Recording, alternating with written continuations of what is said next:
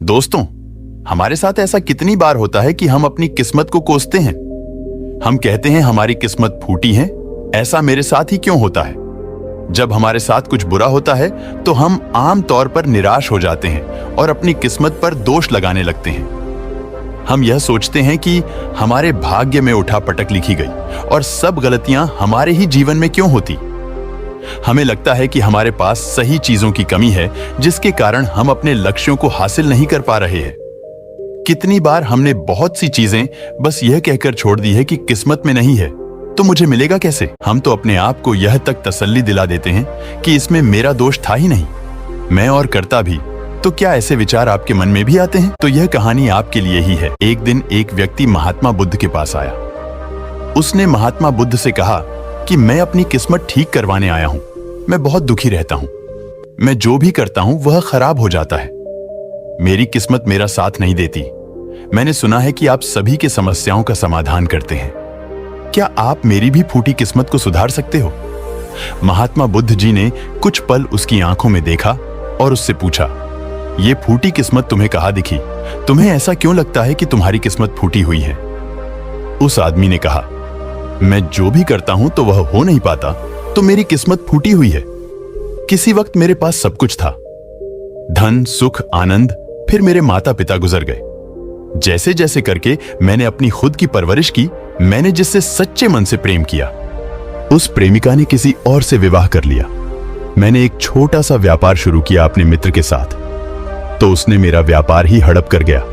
मुझे किसी ने बताया कि आप सारी समस्याओं का हल निकाल देते हो। क्या आप मेरी भी किस्मत ठीक कर सकते हो?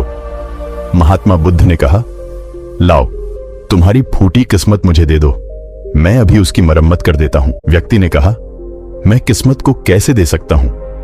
वह तो दिखाई भी नहीं देती। महात्मा बुद्ध ने पूछा, जब तुम्हें तुम्हारी किस्मत दिखाई ही नहीं देती तो तुम्हें कैसे पता कि वह खराब हो चुकी है? उस व्यक्ति ने सोचकर उत्तर दिया कि मेरी किस्मत खराब हो चुकी है, तभी तो मेरे साथ सब कुछ गड़बड़ हो रहा है। मेरे बनाए बनाए कामों पर पानी फिर जाता है। अगर मेरी किस्मत अच्छी होती तो सब कुछ ठीक होता। महात्मा बुद्ध ने कहा, तुम ठीक दिखाई देते हो, तुम्हारा स्वास्थ्य भी ठीक लग रहा है, तुम्हारे हाथ पैर भी सलामत है, तुम अभी तक मरे भी नहीं। मुझे तो तुम्हारी किस्मत में कोई भी खराबी नहीं दिखाई दे रही, सब कुछ सही लग रहा है। अगर किस्मत खराब होती तो तुम अंधे हो जाते या तो मृत्यु को प्राप्त हो जाते, लेकिन ऐसा तो कुछ भी नहीं हुआ। फिर तुम क्यों कह रहे हो कि तुम्हारी किस्मत फूटी हुई है?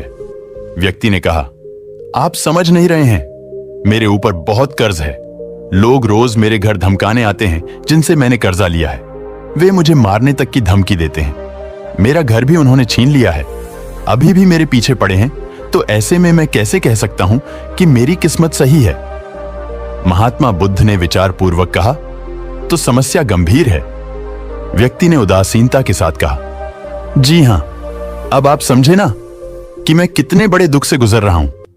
महात्मा बुद्ध ने आवाज में समझाया, तुम्हारी किस्मत अच्छी है कि तुम जीवित हो इस दुख का सामना करने के लिए, और इस जीवन से ही तुम अपनी समस्याओं का सामना कर सकते हो। व्यक्ति ने कहा, बुद्ध आप नहीं समझ रहे हो। तब महात्मा बुद्ध ने उससे कहा, समझ तुम नहीं रहे, आओ मेरे साथ। महात्मा बुद्ध उसे व्यक्ति को अपने साथ पास वाली नदी के किनारे ले गए और कहा, यह देखो, इस बहती नदी को, इस नदी में अगर मैं एक पत्ता गिरा देता हूं तो तुम मुझे बताओ यह पत्ता किस दिशा में बहेगा? व्यक्ति ने कहा, पत्ता तो नदी के बहाव के साथ नदी की दिशा में ही जाएगा। बुद्ध ने कहा, बिल्कुल सही। अब बताओ, पत्ते की किस्मत किसके हाथ में है? व्यक्ति ने कहा, इस पत्ते की किस्मत नदी के हाथ में है, वह जहां चाहे इसे ले जा सकती है। तो महात्मा बुद्ध ने कहा, लेकिन पत्ते तो मेरे हाथ में है, मैं चाहूं तो इसे नदी में डाल सकता हूं, चाहूं तो मैं नहीं भी डाल सकता हूं। व्यक्ति ने कहा, तो फिर इसकी किस्मत आपके हाथों में है, आप जहां चाहें इसे डाल सकते हैं।